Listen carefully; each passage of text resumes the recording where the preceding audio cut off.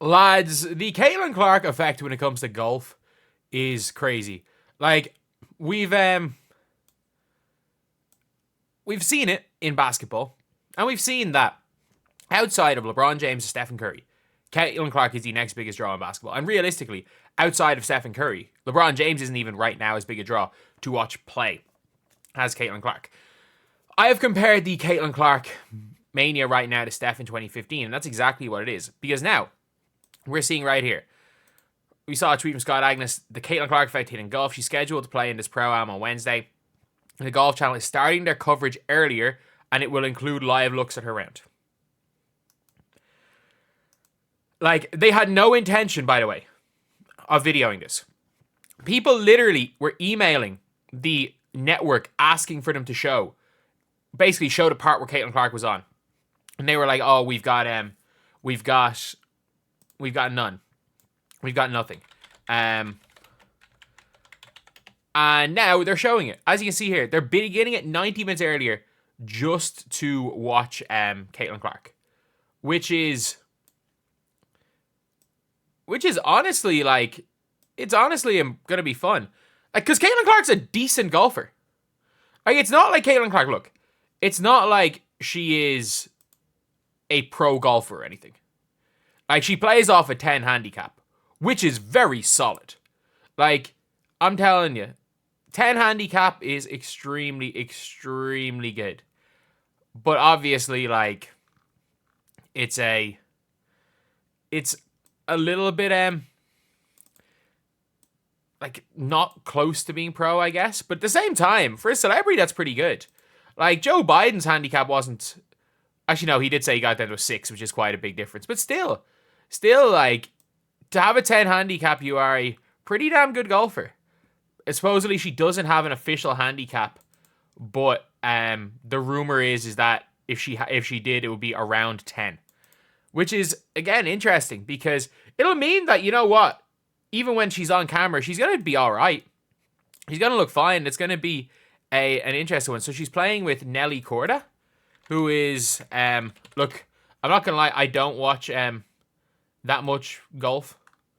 She's playing with 26-year-old Nelly Korda, who is ranked... Where is she ranked in the world? She has 19 tour wins, I guess. Is there a world ranking or anything? Either way. Oh, number 1. She was at one stage the number 1 in the world. Okay, yeah. I don't know much about women's golf. I haven't watched... I know McIlroy's doing pretty well, but like I watched a lot of golf when I was younger. Have not watched golf realistically since early 2010s. But, okay. So that's going to be the an interesting one. And I've just looked up Nelly Korda, and I'm like, yeah, okay, fair enough. Why they're putting her with Caitlin Clark. It'll be, it might be the most viewed segment of women's golf in a Pro-Am ever. But it does just show that it's funny because the WNBA, they are so... It's so much like we don't want to step on anyone's toes. We are all about equality. I'm not even going to say equality.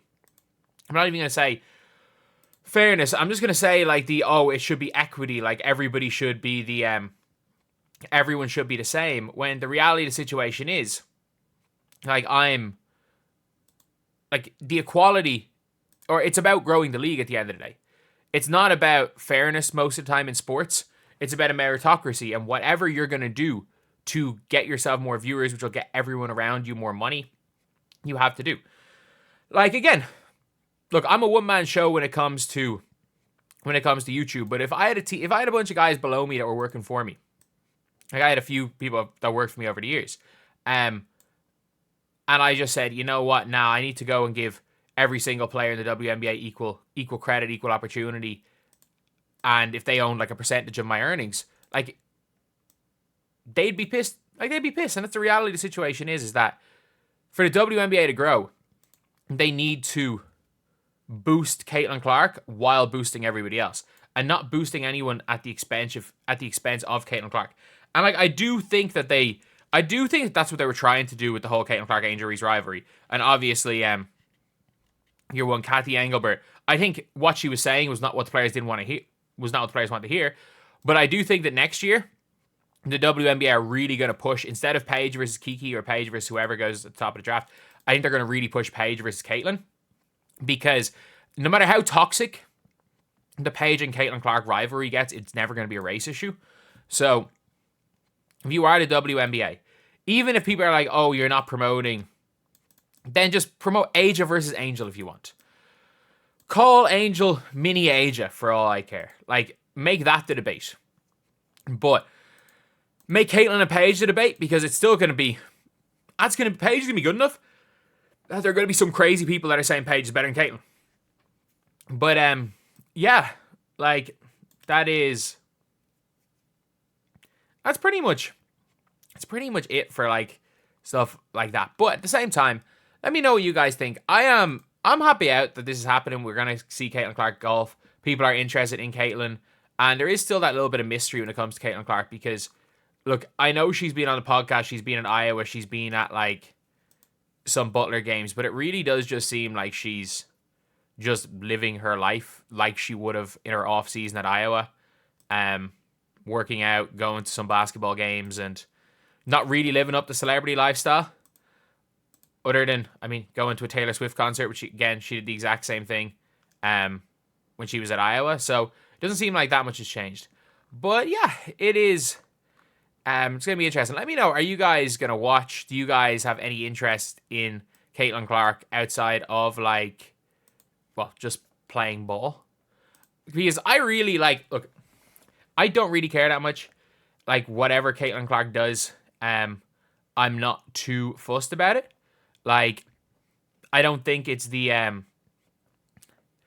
biggest deal in the world, anything she does outside of basketball, and if something's going to take away from her basketball, then it's not the ideal situation. But at the same time, there are an awful lot of people, an awful lot of people that are just infatuated with Caitlin Clark, because it does, again, she doesn't seem like, she's Steph Curry.